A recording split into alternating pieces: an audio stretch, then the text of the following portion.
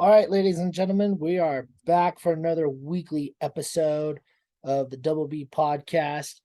You have Billy and Brad, the brothers are on. Kevin is feeling under the weather. We wish him the best of luck, getting better. It's never fun um, to get sick, but we wish him the very best. So Kevin, we're thinking of you. As promised, last week we said that we were going to post the topic for this podcast on our Facebook. We did. If you read it, you know what we're talking about. If you didn't, surprise, here we go. We're talking about anxiety and the anxiety disorder. Brad, when you think of anxiety, what do you think of? Work. Work. Okay. I Okay. mean, uh, I, I mean, I work a pretty scary job sometimes, and it does make me anxious a lot.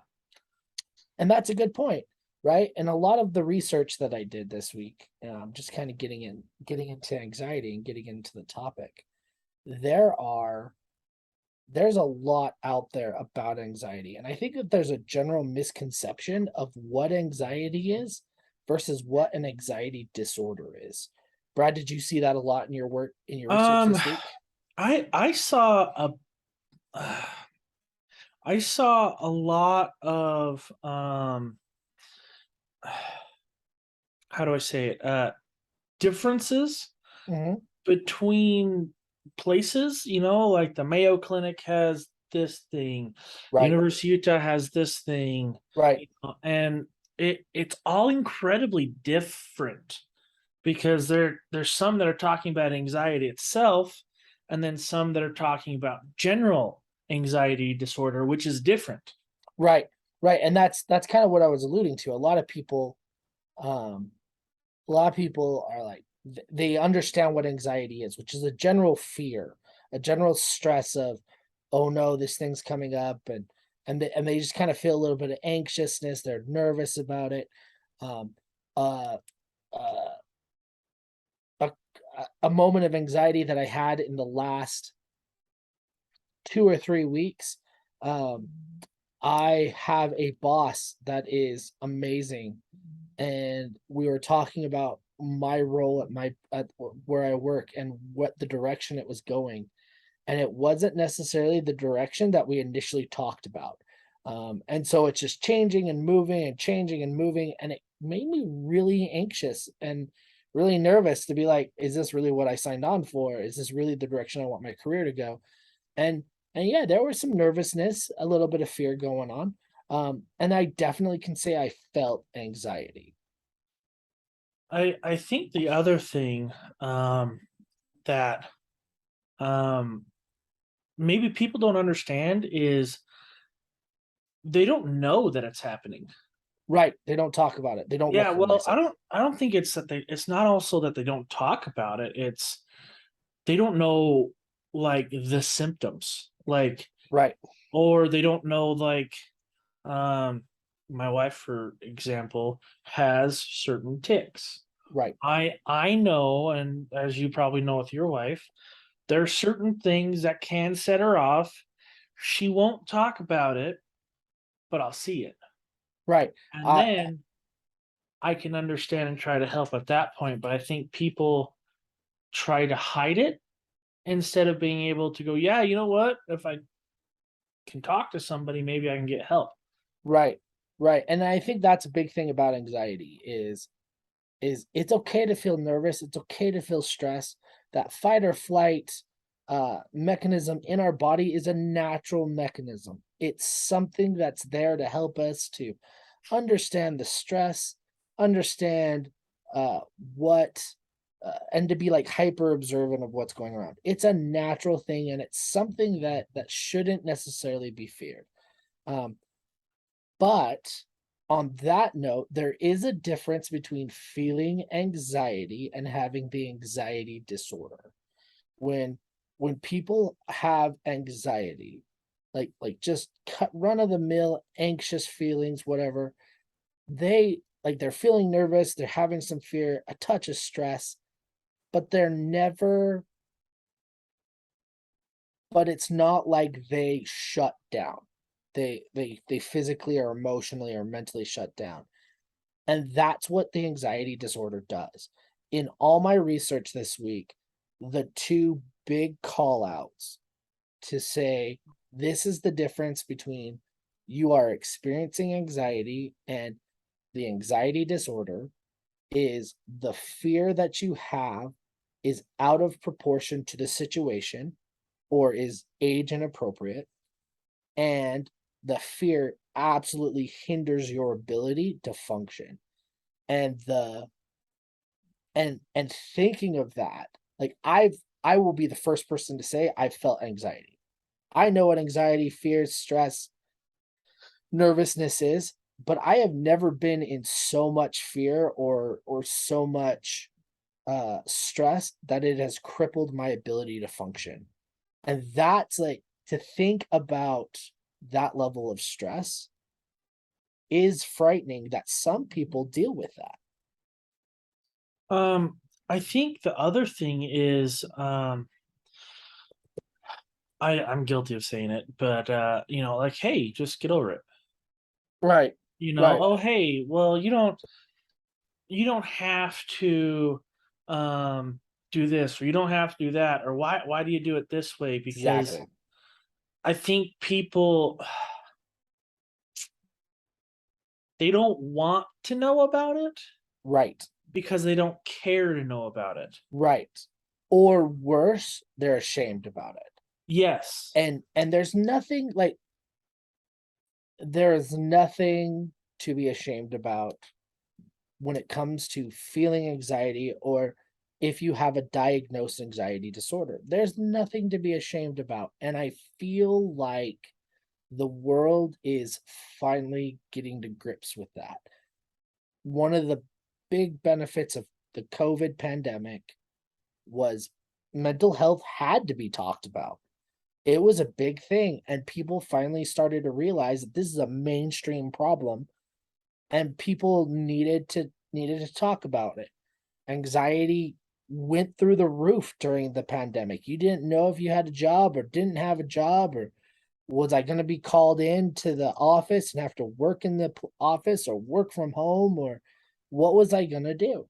And there was a lot of anxiety going around, and people triggered, and people had to see mental health professionals. And I would argue that there were some opportunities that people really hit on to be able to reach out and talk to people. I think another big benefit of the COVID pandemic in relation to mental health and anxiety was people started to talk. It wasn't that social media became the boom. People learned the value of calling a friend and sending a text message or not being locked in and confined from home. And I'm concerned that, in relation to anxiety, that people have become accustomed to working from home so much they don't want to go out. They don't want to talk to people. They're just used to being at home. I would agree with that. Because um I mean, we'll talk about my job. I won't say the name. But the big thing is we're trying to get people to come back out and into the field, Right. but they don't want to. They Correct. they they have enjoyed being able to be at home, and I don't know if it's. Well, I'm gonna get hate for this, but that's okay. I don't know if it's laziness or don't give a shit, or maybe it's anxiety, maybe it's you found how nice it is to be at home, so now you just want to be at home. Right. But that has to change. Right. um I never got the chance to work at home because my jobs were quote unquote essential. um I worked in sewer got to run. It's never not going to run. Now I work for a gigantic contract business, and it's got to get done. Right. And I think the one big benefit is Technology came to a point to where uh, we can come together like we are now, Right. and we can talk, and it could be private Mhm. or it could be with anybody else. Right.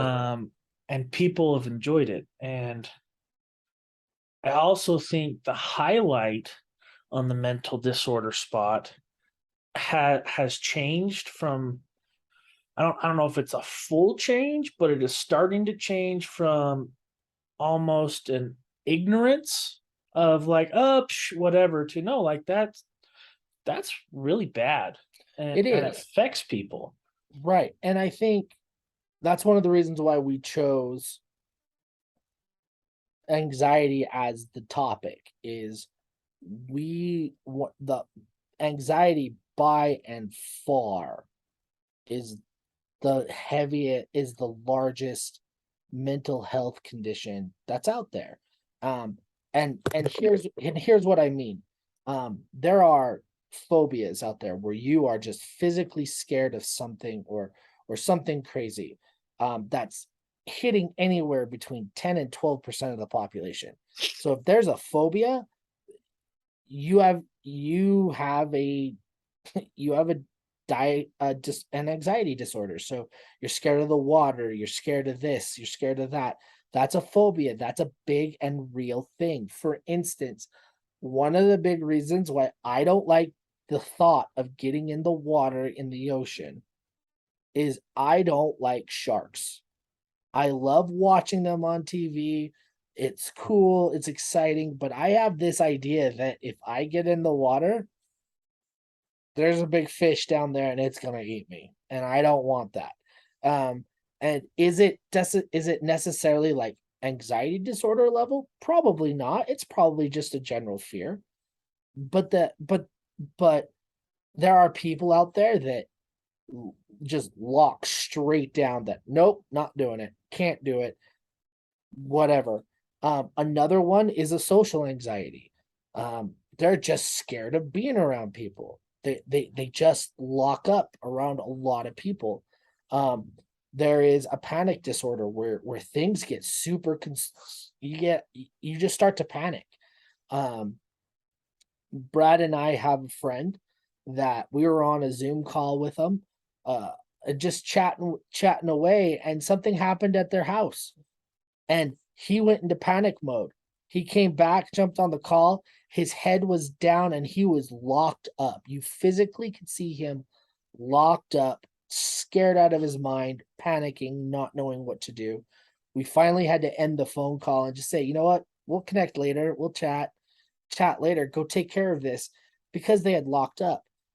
Another one is agoraphobia, which is the fear of entering open or crowded places. You're nervous about going out there, which I don't know where that line is between social anxiety and agoraphobia is, but it's somewhere.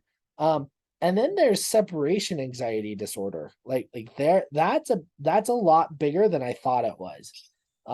That people just have separation issues, and it's not necessarily and it's not, and I want to be like super clear on this. It's not like the little kid that you're leaving your parents and you're nervous because you've moved out for the first time, or mom and dad, are going to Arizona because they're retiring and they're nervous because their kids aren't there.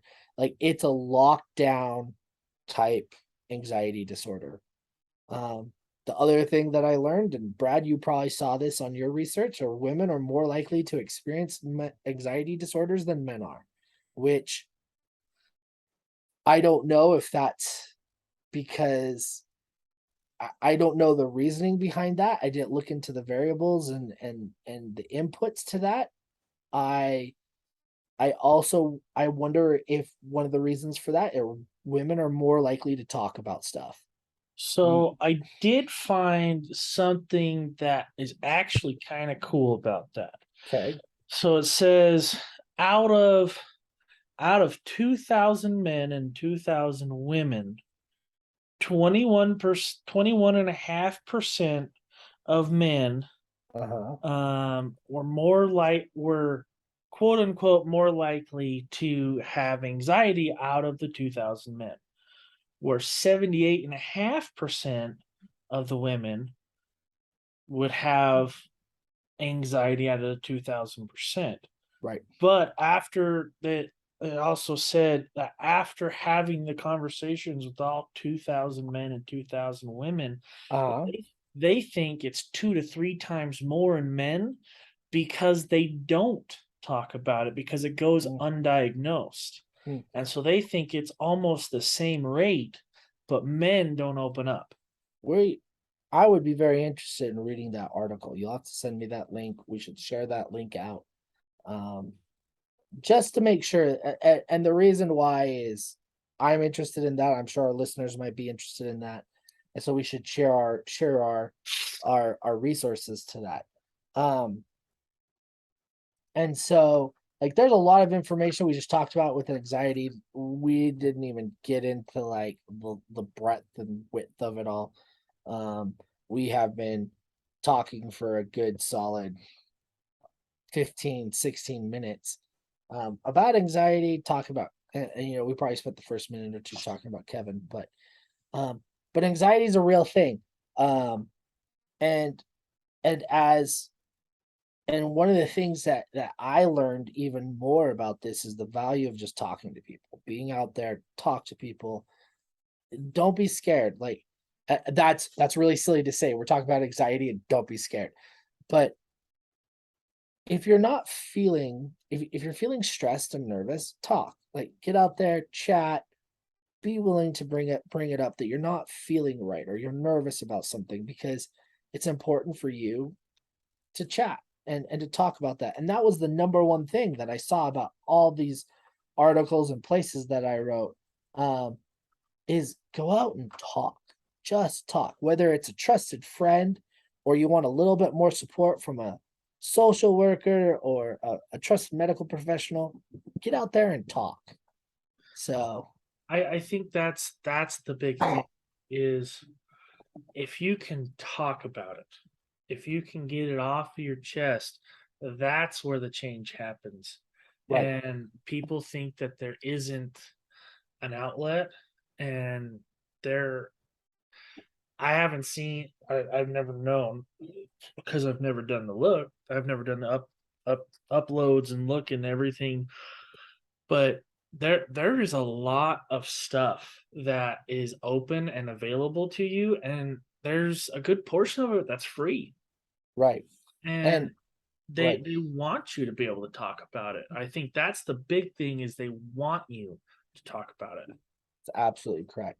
We'll state what Kevin stated last week that that if you need somebody to talk to, um, and you're feeling really down about yourself and you're really concerned, suicide hotline is 988.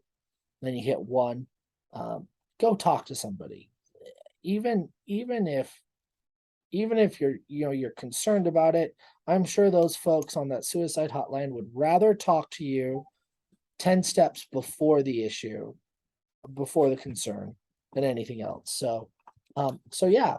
Um, but we are we are at time. We're trying to keep these episodes a little bit short. We did not even hit the the tip of the iceberg on this. We just talked about what was out there and what's going on.